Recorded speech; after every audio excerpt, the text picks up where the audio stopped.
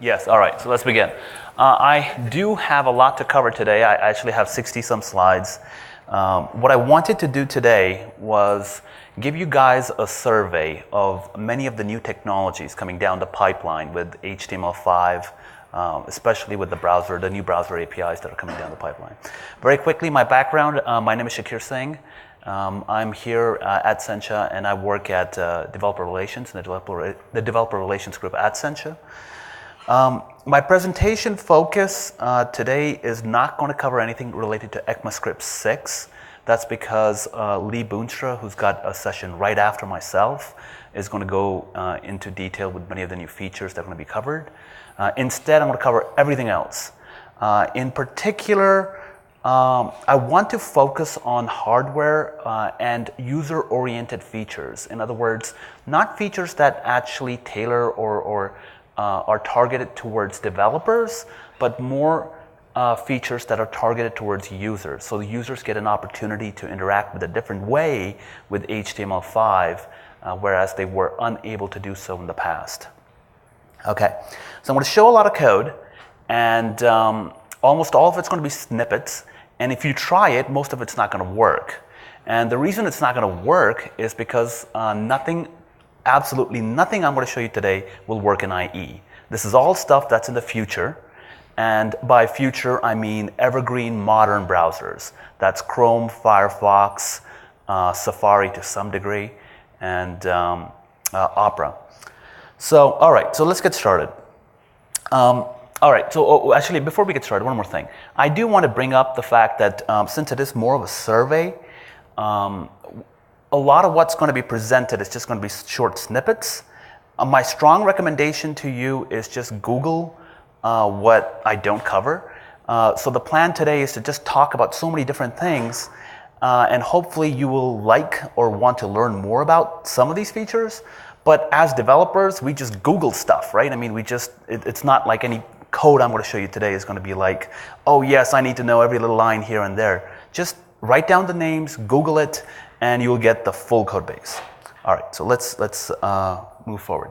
So predicting the future is a very difficult game. I think a lot of us learned that last night. And it's, for me too, as I look ahead, it is a really difficult, it's a difficult challenge to talk about what's coming down the pipeline because it's ever changing. And be very careful with implementing this stuff right away. I have made mistakes in the past. Here is a $1,700 receipt for Google Glass, which, unfortunately that didn't go anywhere, and I'm so glad I didn't quit my job to actually start coding for this stuff, which I had planned. All right, so before we go too far, I do want to talk about the three different types of technologies that are around today for making apps.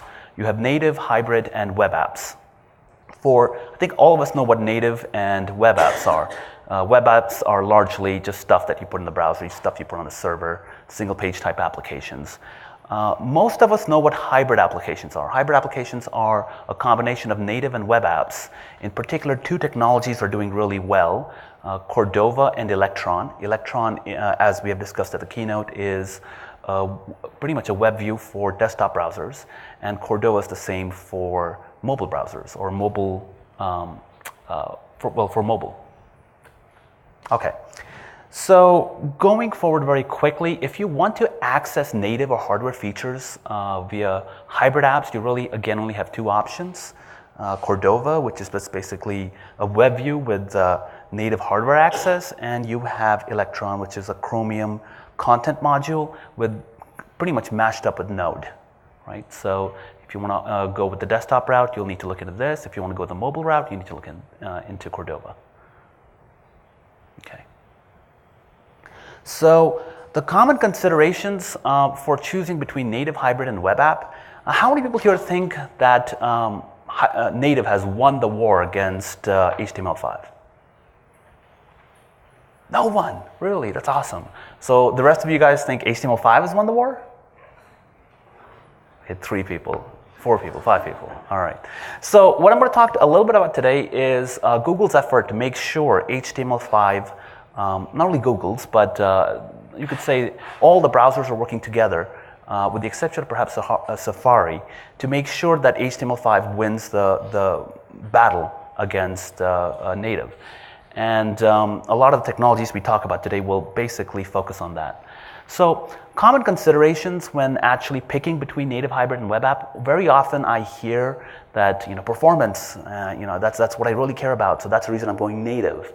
What I'm going to talk a little bit about today is that necessarily no longer holds, that view no longer holds. Connectivity, that was also a very big issue. People wanted to be able to access apps offline. That is no longer an issue. Deployment and access, for a lot of developers, they want to be able to deploy. Can you guys still hear me? I can hear my voice is changing. Yeah? All right. So, okay. So, deployment and access, a lot of people want to be able to deploy an app through an app store or deploy it using a different enterprise app store. And access, by that I mean a lot of users today are accustomed to accessing apps via a home screen, whether it be on a mobile phone. They typically want to tap on an app. They don't want to go to a URL. It's too time consuming to do so.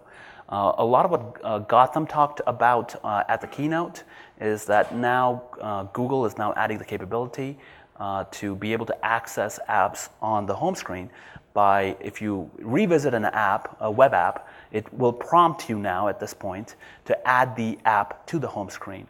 And you have to do certain things to actually enable that capability, and you can turn off that capability if the user is doing something important.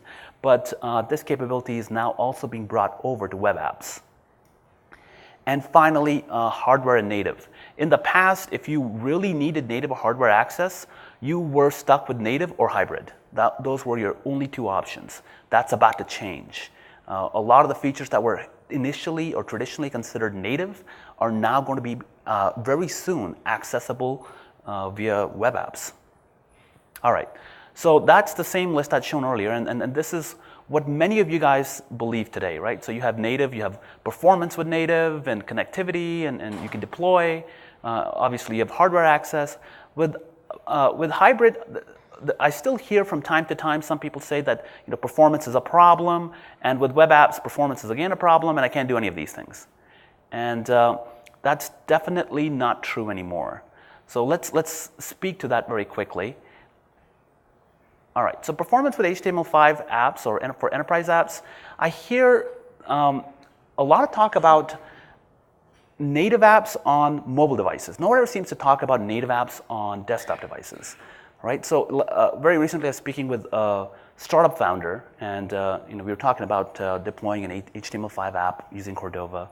And the guy's like, no, it's got to be performant. I'm making a native. It's going to be just like Facebook. And it's, I have 5 engineers, 1 working on Windows Phone, 2 working on iOS, 2 more working on Android. I'm like, well, maybe you should try to combine them, right? So maybe just make one HTML5 app that does everything. It's like, no, performance. And then the conversation switched to, well, what are you doing for desktop? Are you making a native app for desktop? I mean, is it going to be, when I visit your social network, do I need to actually download an exe and run it? And they said, don't be absurd, that's of course going to be cloud. And well, what's the rationale between the two difference? And it becomes hard for, when you have these types of in-depth conversations, it becomes hard for people to justify, why are they going one on desktop and the other on mobile? Historically, the argument could have been just basically supported by saying offline capability and hardware capability, but that's no longer an issue with Cordova. And certainly it's not going to be an issue, hopefully, with web apps. All right. So when I do hear about performance on mobile, here's a snapshot that Apple had actually presented in their presentation in October when they introduced the iPhone 7. This is the performance increase. So here's an iPhone 1. An iPhone 7 is 120x times faster than an iPhone 1. So if you had a conversation about 4 or 5 years ago, let's say around here, that Cordova or HTML5 is too slow, you really need to reevaluate at this point. Things have changed very drastically. And the situation is even more drastic when you talk about graphics performance. This is the GPU speed increase, right? So you have a 240x increase compared to the iPhone 1 with GPU performance. So again, if you were thinking about this stuff a few years ago, you really need to go back and take a look. What else has happened is browsers have gotten actually a lot better. So many years ago, let's say 5 or 6 years ago, most browsers didn't really care so much about mobile. Maybe a little bit older, maybe about 8, 9 years ago. Most browsers did not care about mobile. Now that's the most important thing.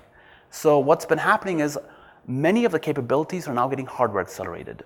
Animations and transformations are hardware accelerated with CSS today. And many other features such as web crypto and other technologies that we'll discuss today will make many of the animations and graphics hardware accelerated. Okay, so we talked about performance.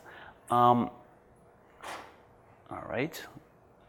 And let's quickly talk about connectivity, deployment, and hardware. So before I get too far, I do want to quickly just cover what the W3C is. I think most of you guys know, but there's probably going to be a small segment of the population that don't. The W3C is the World Wide Web Consortium. It is for us developers. There are heroes, largely, and I say that because they're the only ones that really represent us versus the browser companies.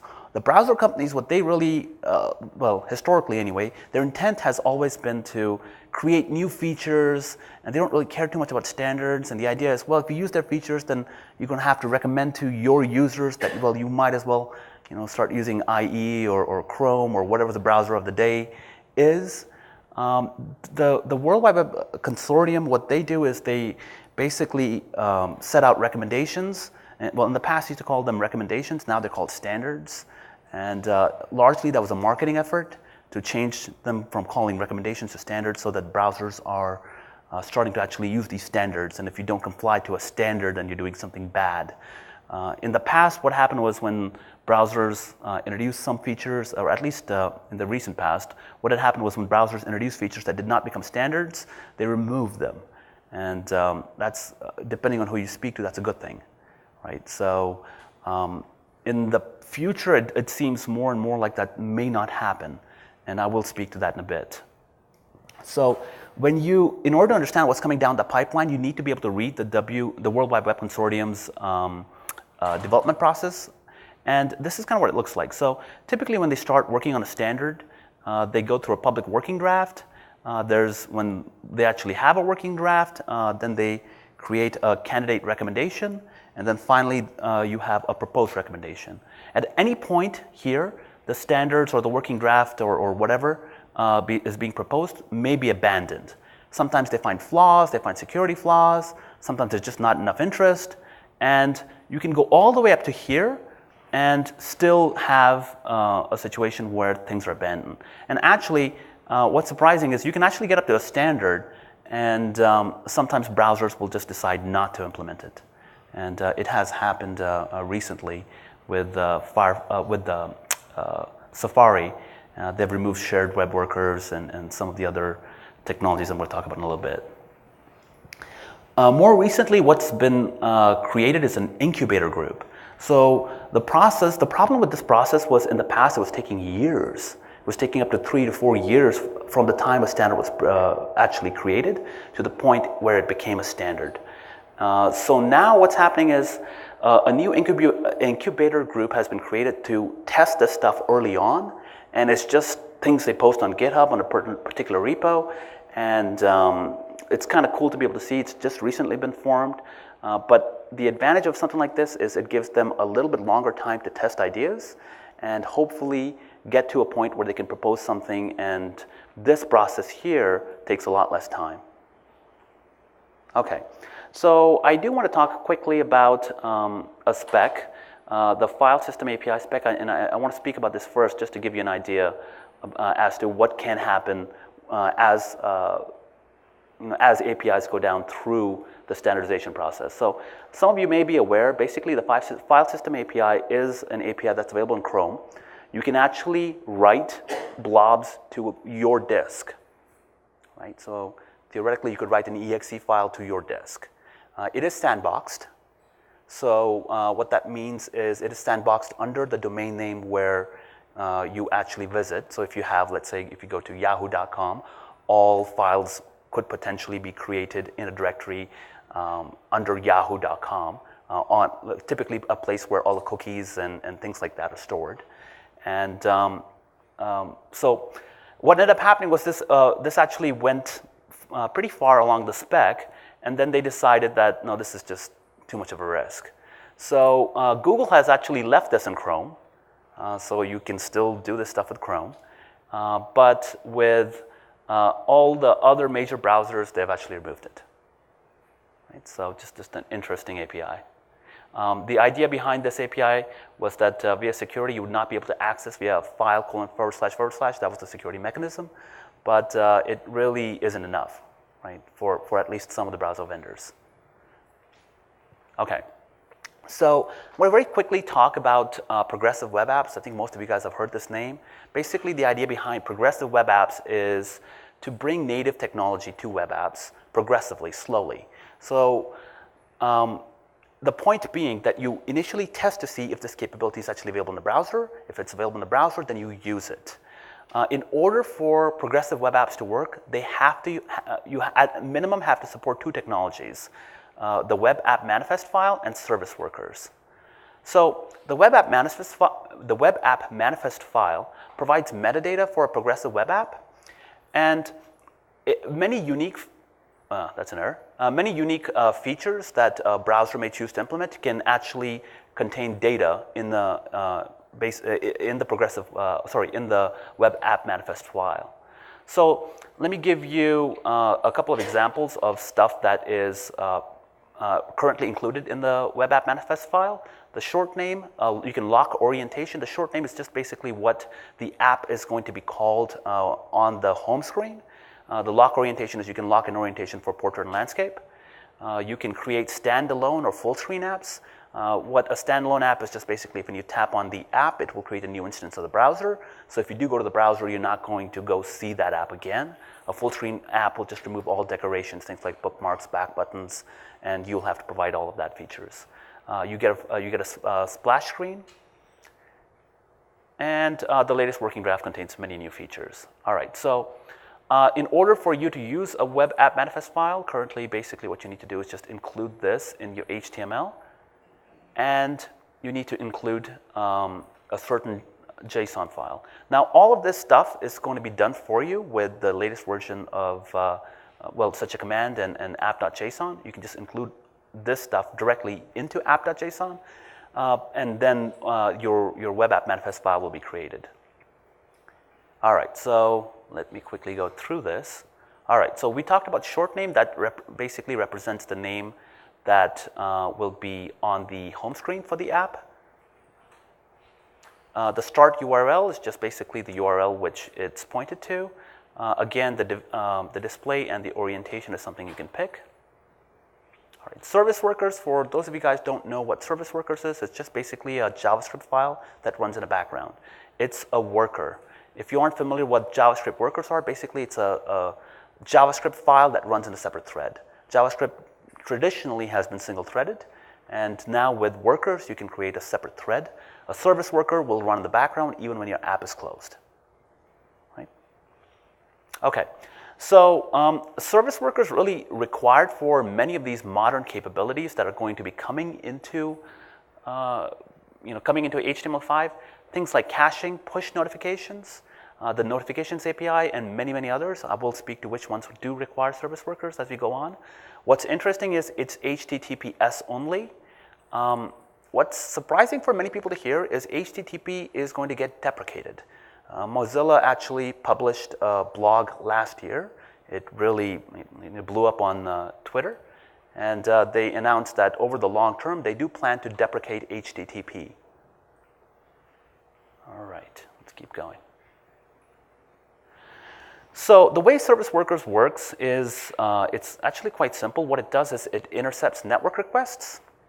So when you actually send any kind of network request, it is intercepted by the fetch function. And at that point, what you can choose to do is dynamically choose if you want to retrieve from cache or do you want to retrieve from the actual network. And you can set, since you're actually choosing programmatically, you can just make any decision you want. It's a pretty simple process. What's great about service workers is with the new annotation stuff that we are seeing with XJS 6, with Sencha Command 6.5, is, again, it's something that's going to be created for you. All you really need to do is just set up annotations, and it will do a lot of the, it'll write a lot of this code for you. All right, so very quickly, I do want to talk about background sync. It's a really interesting API. If data, let's say you try to retrieve data using a service worker, and let's say you don't have a connection, you can actually set it up so it will keep checking and polling even after the app is closed. So this can be useful, let's say, on a news site. So let's say you try to retrieve data. You can automatically set it up so every few hours, it'll go and check and download the news, and when you open up the API, voila, you have all your news ready to go. You don't need to actually wait for the network to sit there and download it. So implementation is actually incredibly easy. So let me see if I can, all right. So really what you need to do is register your service worker, and then just do one call to my first sync right here. And once you're ready to actually sync, or so this is correction. This is a listener, and when you actually do get that function, when something does come, you can say, "Oh, go download music," and then your function download music runs in this case. And at this point, you can go ahead and fetch a music file. What's interesting about this stuff is you can also set up all sorts of restrictions. You can restrict by time interval. You can restrict by saying, hey, only do this when you have Wi-Fi, or only do this if you have 3G or 4G, and only do this if your battery is above a certain percentage. Right? So it's pretty cool stuff. Web push, many of you guys may be already aware of this. What it does is it's a proper push, like how mobile devices support push. You can actually send data to a web application. You can set up to 4 kilobytes of data. The data must be encrypted, and I'll speak to why that is in a bit. So the way web push works is you will need to basically, in your code, subscribe. And when you subscribe, the browser will send you a subscription ID. At that point, what you do is you take that subscription ID and you send it to your server. And then you just start listening for a push. When you get a push, an on-push function is called. Pretty simple, right? On the server side, what this means is your server, your web server, will need to push data when it's ready to have some data it wants to send to the client. It will need to send the data to an endpoint, basically the server for Chrome or Firefox. So you'll actually send something to chrome.com or whatever the website is. Right now, I think it's firebase.com, and to something to Firefox's server. Right now, these two are the only two technologies that are supporting web push, but others are coming down the pipeline. As a result of the fact that you actually need to choose which server is, where you're going to be sending the data, a lot of libraries are popping up to make this process easier. So you don't actually need to know, let's say, because in the future, Opera will have their own server, Safari will, if they implement, have their own server, and you ideally want to keep track of what's the browser that's being used by the client, and then basically push using some library to make that process simple. So once you send the data to the browser server, they'll push it down to your web browser, and that will eventually make it its way over to the service worker. Okay? So here's the code for setting up a web push. It's actually quite simple. All you really need to do is, let me see. Yeah, so first you need to do is just basically register the service worker, and that's quite simple. Let's see what happens next. All right, so here what you have is a push manager. Once you subscribe, as I mentioned first, you actually need to subscribe.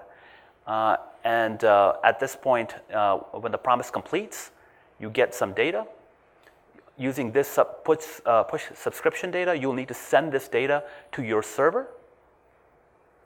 And basically, here's your on-push method. Once you get data, which is pushed from the server, you can just dump the data. Very simple. This is really, honestly, all you need. Very frequently, when you get a push, you may want to inform a user. And this is typically supported on both iOS and Android. There are notification systems that pop up on the home screen. And using the Notifications API, you have the ability to do so. Really, the process to do so is quite simple. You just, if you're using it using a service worker, all you need to do is run the show notification method. And there's a certain format you need to be able to send the data to. You send a title, and you send the data, and you get a notification that pops up in your phone. Incredibly easy. Depending on the OS, you may allow or you may have the ability to set up actions so that you can take an action based on what was pushed.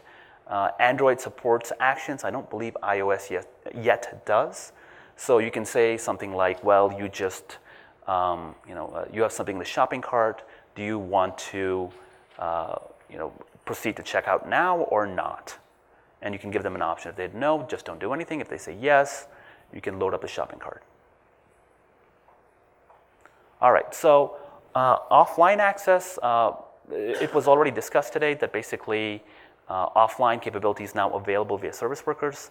So I'm not going to go too much into that, other than just say that service workers just basically a better implementation of offline caching compared to App Cache.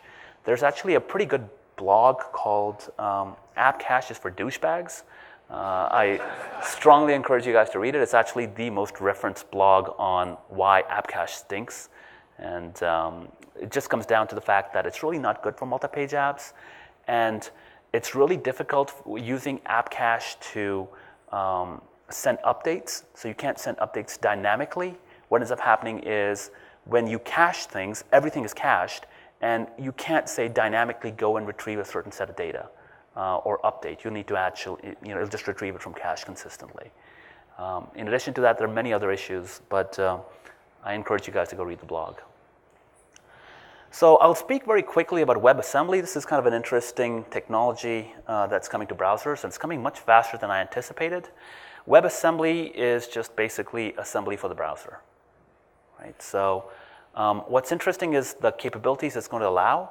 Things like you can create your own language, run a virtual machine in the browser, right? So, develop all sorts of CAD and science visualizations and games, right? So if you have assembly, definitely you can start doing games and all kinds of crazy stuff there. Okay, so platform emulation, I think this is kind of cool. I don't know if any of you guys have played with DOSBox. It's, when I used to work at a previous company, my previous company was actually BlackBerry. On our phones, we were actually able to install DOS and Windows and all this stuff using platform emulation. It was kind of a bizarre experience, but all that stuff is theoretically capable using WebAssembly. So 3D and Force Touch. If you're familiar with iPhones, basically you have the ability to do what they call a 3D touch.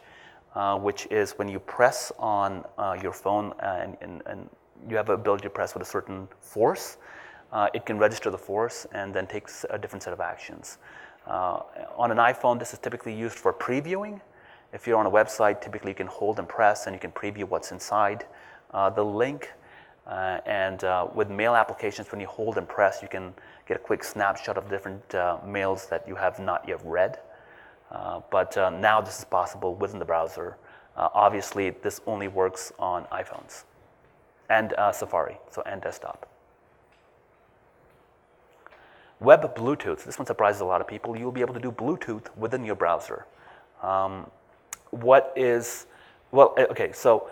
It actually works today with Google Chrome, but you need to activate it because it's still very early in the spec currently. To activate it, you need to go to this link. And once you go to this particular link, you can just turn it on. Just a heads up, there's a whole bunch of different stuff that's in Chrome/flags.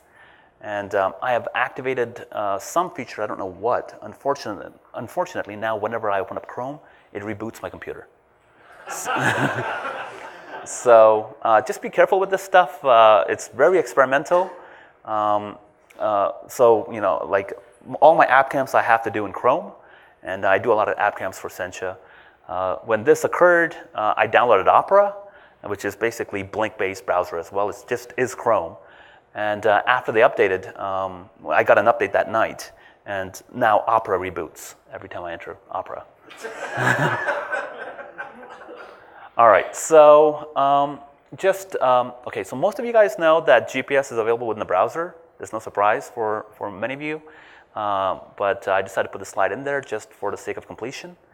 And here's the code. It's just quite simple. You just go to navigation, geolocation, and get current position. It will return to you the latitude and longitude. What's interesting is there was a spec for geofencing. If you're not familiar with geofencing, it's an idea that you can draw an invisible line, and if you cross it in the world, and if you cross it, event is triggered. Right. So it was a very interesting API. It was a very interesting spec. I recently, just last week, I ran into someone that worked at the W3C. They said to me it's likely abandoned. The reason is that geofencing, if not properly implemented, can just suck up battery life. And that was my suspicion, so that's what I asked him. And he said, yeah, it completely drains a new Samsung S7 in 2 hours. So, and the problem with geofencing is that, the problem with geofencing is that it's very easy for programmers to make mistakes when they're actually setting up a fence. If you set up a fence that's too small, radially too small, let's say 10 feet by 10 feet, the phone just keeps the phone will need to check again and again and again to see if you've actually crossed that fence. And that's what drains the battery. So if you ever do use geofencing, and if this does come back to life, just be careful of that. What's interesting is just this weekend I saw a blog by a Google employee who claimed that it's going to be coming. So maybe they're trying again, or it's going to be a different, totally different implementation. But I suspect that this particular spec, as is, will need to be rewritten from ground up for this to actually work. It's going to be a brand new implementation if this is going to be tried again. So that's the new rumor. Web NFC. This is, again, something that's surprising to a lot of people. You'll be able to do NFC. If you're not familiar with NFC, the idea is you can touch phones and transfer data. Samsung used to do a lot of commercials where two people used to touch phones and basically transfer data. This was already actually implemented in Firefox OS before that went defunct. But pretty much the same spec is back, and Google is currently implementing it. Currently Google's implementing it, and there's no signals from Safari, and right now we don't know what's going to actually happen with Firefox going forward. Here's the code to implement. It's quite simple. You just basically navigator.nfc.requestAdapter, and once you get the adapter, you just have an onMessage function. When the event is triggered, when two phones touch, the data comes into the onMessage function. Incredibly simple to implement. All right, this one is kind of cool. Accelerated shape detection. So basically, using the camera, there's going to be hardware accelerated shape detection. You'll be able to detect faces. And this is the code that this is what they're suspecting right now is what it's going to look like. You're just going to have a new face detector, and you just set the number of faces that you're expecting, maximum detected faces, and it will return to you, the image of the face that's actually out there being filmed. Barcodes is coming. The code for that is just very simply new barcode detector, and it will detect QR codes or any of the major barcodes out there. Obviously, you'll be, the big point of this is you should be able to create your own shapes. So you'll be able to create custom shapes and, assign that into a listener and just be able to detect for that as well. Web share, this is an interesting one. So here we have a picture of a cat, and we want to share this picture of a cat. So you tap on it. Typically what happens natively with native apps is you get some sort of prompt, and then you can pick how you want to share it. And this capability is coming to the browser as well. So you'll be able to assign a particular div or an image. If you tap on the image, then you can share the image using WhatsApp or any of the features. All right. So the code for web share is, again, incredibly easy. Navigator.share. Web crypto, most of you guys know that this has been coming down the pipeline for some time. It's actually supported on all browsers, with the slight exception of Safari. Safari has partial support. The idea is you have hardware-accelerated cryptography libraries.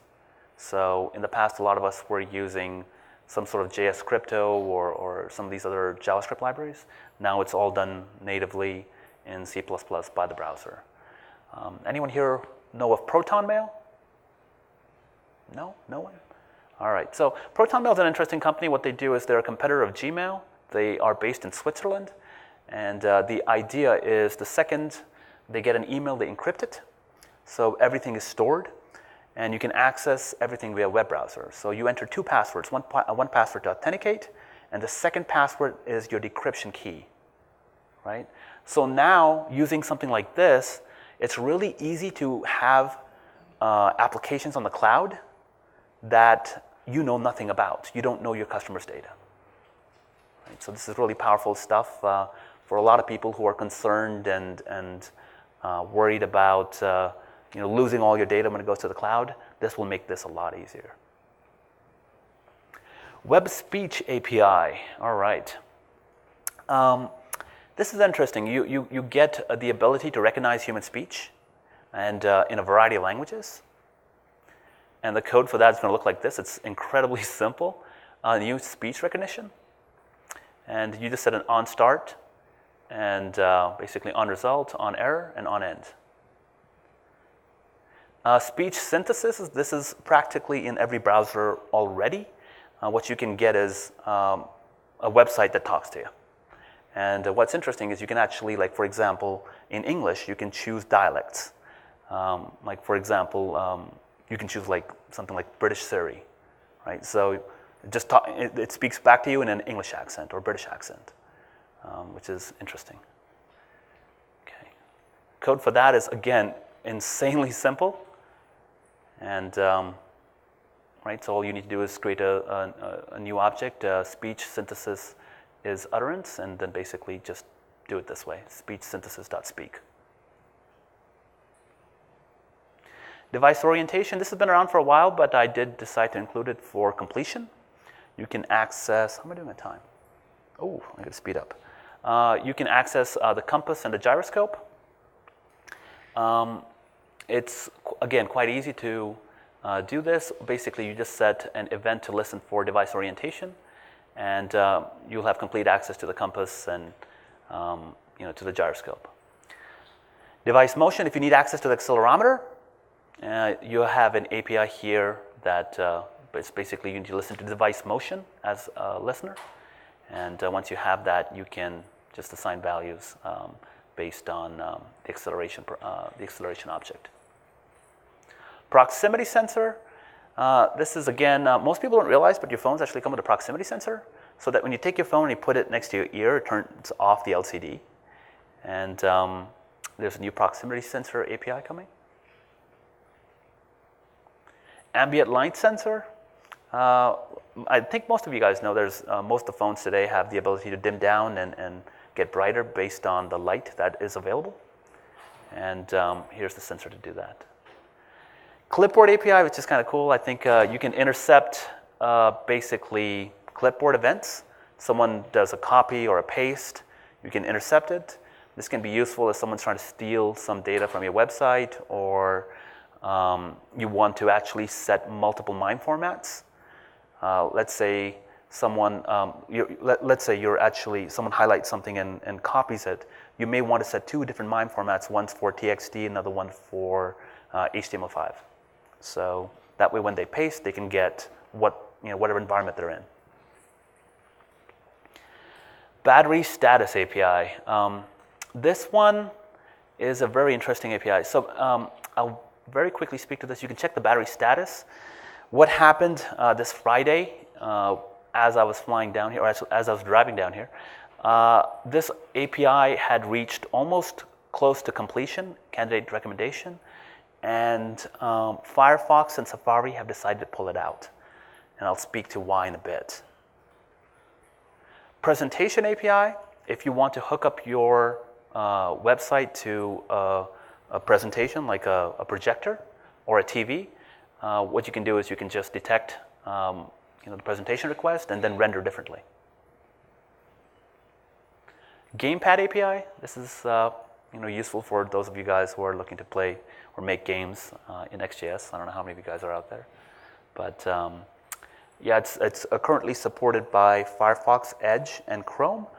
Safari does not have has not shown any indication that it will support it. WebVR, this is becoming a big thing. I just recently came from a VR conference, which was interesting. Let me see. Do most of you guys know about WebVR, or is this like new? How many people here knew that WebVR is coming? A couple people. All right. VR, do you mean virtual reality. Exactly. Exactly. So you'll have access to use basically access to VR, but virtual reality headsets, and be able to basically choose what's being rendered. Let me give you an example. Okay. This actually looks awesome on, let me see if I'm actually connected. Yes, I am.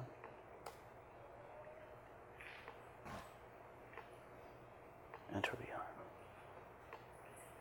So I can tilt, right? So change here. And this looks really amazing on Oculus Rift or the Gear, the Samsung Gear, which is just basically you just take your phone and you stick it in this little device. And as you move your head, the Gear actually has a gyroscope, which communicates with the browser, and it tracks perfectly. I had an opportunity to use this thing. It was just absolutely amazing. Oops, where'd my presentation go? Okay. So there are a couple of, oops, let me hit play again. Slideshow.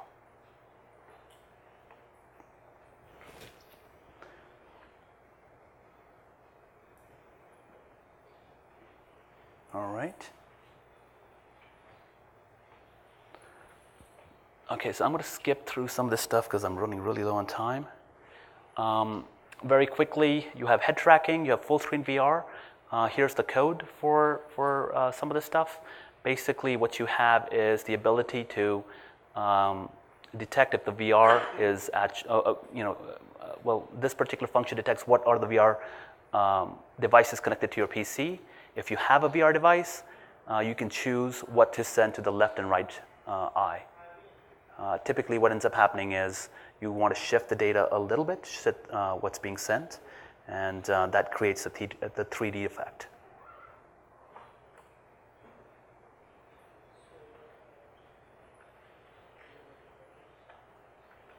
Come on.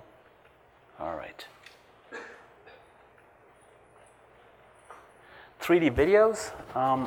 Not sure how big this is, but I decided to put this in there for in case some of you guys are interested in terms of how this stuff works for enterprises. The idea is just many people are currently taking what do they call them? GoPros. These GoPro devices and attaching them to a mount, and the idea is it takes a 360-degree video. And if you've never seen one, let me see if I can show you guys one quickly.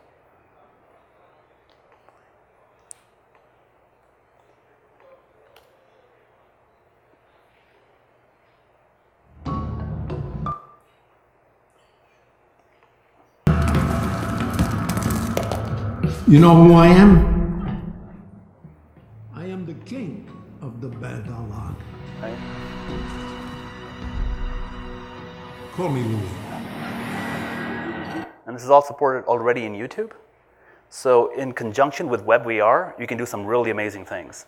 So as you tilt your head and you move around, it tracks. So the support for 3D videos is coming. It's already supported on the Samsung Internet browser. And the reason for that is Obviously, they have their Gear device, which they're promoting. And if you're not familiar with the Samsung Internet Browser, it's just basically a version of Chromium that they have forked. And the intent is to bring in new features quicker that are customized for their device. Okay, I did want to get to this. I'm going to quickly speak about the potential risks of the future. What's happening here is, we talked about a lot of different APIs. Honestly, I don't know how many of them will actually make it. And the reason for that is people find issues as we go along. The battery status API was removed because someone figured out a way to track users using the battery status API. When they would revisit a site again and again, it would basically, using other fingerprints, be able to identify one particular user pretty definitively. Even if you cleared your cookies and all of that stuff, it would be able to it'd be able to track you. So for that reason, although this particular API had made it almost to completion, WebKit announced and Firefox announced they're going to be removing it. Chrome has not made any such announcement. Okay. So this is an interesting concern that was raised. Someone proposed that it may be possible to force a user to pay more when the battery's running out for a particular service. So imagine you're on, like Uber or something, and your battery's running low. You need an Uber at 4 a.m. Just price goes up. All right, web proximity sensor. Again, that was also used. Someone figured out how to use that for respawning, detecting you again and again. Web Bluetooth. So there was a paper published which would help. If enabled, it could track users across rooms, and it could determine living conditions. So let's say you have like several different Bluetooth devices in the house. People could use that to track, what do you have and what can we sell you? Right. So the concern was you could also determine theoretically their social status based on how many Bluetooth devices were being used. This is a very common technique used by not by WebIntents, by Intents in Android. If you're not familiar with Intents, basically it's the ability to check what other apps you have installed, and it does not require any permission. So a lot of times when you do have these apps that are free, what they do is they just check to see what else is installed, and they're able to create a social profile of you based on everything else that's installed, and use that to sell the data. A couple of APIs I didn't talk about. Media capture. Most of you guys know that you can listen for microphone and camera and basically capture that. WebRTC, which is basically real-time communication via peer-to-peer. Somebody at Sentia basically made a Skype clone using WebRTC, and it communicates directly to peers. There's another implementation of WebRTC which I think is kind of interesting. Someone figured out how to make a torrent client, so just using HTML5, and it's a pretty good torrent client. So WebGL, this is a little old and really not something I think many of us care about. But if you do, check out Quake 3 on this link. You can run it from your web browser. It runs great. And one more, which I actually forgot to add, WebUSB. I think this is an interesting API that's coming down the pipeline. The idea is that you'll be able to create drivers for the web using WebUSB. So if you have a new device driver that you want to be able to create and make it cross-platform, meaning not for your operating system, but at least for use on the web, you'll be able to do so. Okay, in summary, very quickly, the web is really gearing up to take on native. The performance discussions that you had 4 or 5 years ago are completely irrelevant today. Google Chrome is really leading the way, and it's good and bad. The concern is that they are implementing a whole bunch of new features that may or may not become standards. And the browser that's leading typically tends to do that. We saw that with IE back in early 2000s, and now we're seeing that with Google Chrome. Unfortunately, for reasons I'm not quite sure, it seems as though Safari is becoming the new IE8. They are not adopting many of the new standards, and they seem to be very slow to do so. All right, so nearly all, okay, so let me just keep going. Yeah. Success will really depend on adoption by all browsers. If many of these APIs don't get adopted, I'm not sure, like what's the use of really using them. Big advantage of using something like XJS is that's really what we specialize in, is not necessarily the hardware side, but figuring out what are the differences between the different browsers and creating one way, API call that makes it really easy to be able to just access this stuff and normalize that data going back and forth. So I haven't left a lot of time. I have 2 minutes for questions, or am I over? Oh, I'm over. All right.